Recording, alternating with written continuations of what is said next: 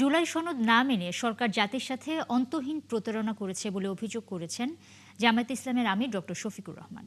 জুলাই গণহত্যার বিচার দাবিতে সকালে রাজধানীর কাকরাইলে ১১ দলীয় ঐক্যের সেমিনারে তিনি এই অভিযোগ করেন। বিরোধী দলীয় নেতা বলেন, নির্বাচনের পর বিএনপি গণভোট মন থেকে মেনে নেয়নি। এমন চলতে থাকলে রাজনীতিবিদদের উপর জনগণের বিশ্বাস উঠে যাবে বলে মন্তব্য করেন তিনি। সেমিনারে জামায়াতের সেক্রেটারি জেনারেল মিয়া গোলাম পরওয়ার হুঁশিয়ারি দেন, সরকার যতই ছলচাতুরি করুক, গণভোটের রায় বাস্তবায়নে তিল পরিমাণের ছাড় দেওয়া হবে না। একই অনুষ্ঠানে এনসিপির সদস্য সচিব আক্তার হোসেন বলেন, জুলাইয়ের বিপক্ষে যারা অবস্থান নিতে চায় তাদের বিরুদ্ধে সরকারকে ব্যবস্থা নিতে হবে।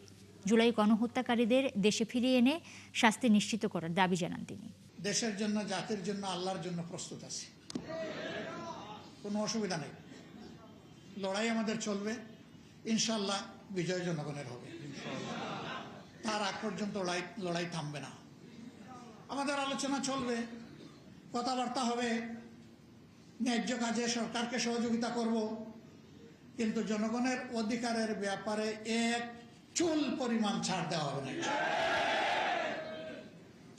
এই জায়গায় কোনো কম্প্রোমাইজ নাই, এটা চলতেই থাকবে। সম্মানিত বন্ধুগণ, আজকের এই সেমিনারের মধ্য দিয়ে আমরা এই বার্তাটাই জাতিকে দিতে চাই যে, হে জাতি, আপনাদের রায়ের আমরা অপমান সহ্য করব না। 4টা প্রশ্নের 3.5টা আপনারা মানেন, আধাটা মানেন না, কিন্তু বাংলাদেশের 70% জনগণ ওই 4টা পক্ষ প্রশ্নকে মেনেই গণভোটকে জয়ী করেছে। অতএব জনগণের যে রায়, তার বাইরে এসে আপনি আধাটা মানবেন না, সেটা হওয়ার আর কোনো